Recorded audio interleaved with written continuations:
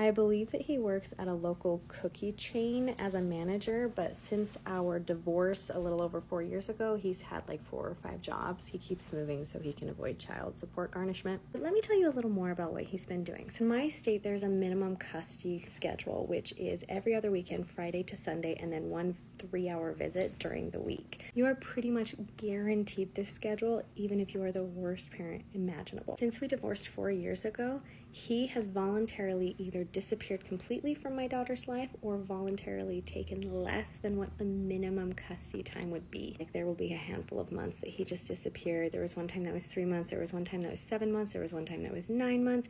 Currently, he is only taking her less than what the minimum time would be, and we are in our 5th month of that happening. It started in January. Basically, he just opts out of parenting, no parenting time, no child support, any of that, kind of the way he opted out of our marriage. Although we have 50-50 custody on paperwork, which is not reflective of our actual schedule, it doesn't really bother me because the only thing I would get by refiling and having sole custody on paper would be that he would owe me more child support, which he doesn't pay anyway, and he constantly changes jobs to dodge it, so it's a little pointless. But this time around in January, when he went from around 35% time with my daughter to less than the minimum schedule, she started having some really bad anxiety symptoms. She'd wet herself at school during the day.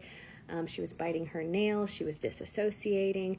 She was having nightmares, a bunch of other stuff. So I started her in therapy. The conclusion that we came to in therapy was that she was experiencing anxiety and stress from the inconsistency of her schedule, from him just coming and going all the time. Because of that, about a month ago, I actually filed for official full custody. And this doesn't actually change anything for me because I'm already having her more than what the full custody schedule would be, but it'll take away his ability to just come and go as he pleases. Here's the kicker.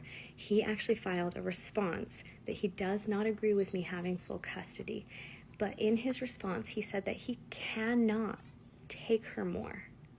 He cannot have her more than what he currently has her. But also, he doesn't want that schedule on paper.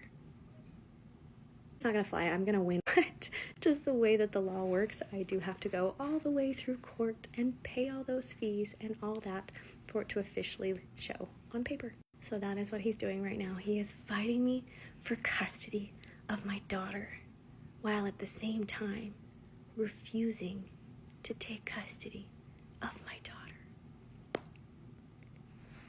The audacity of these people.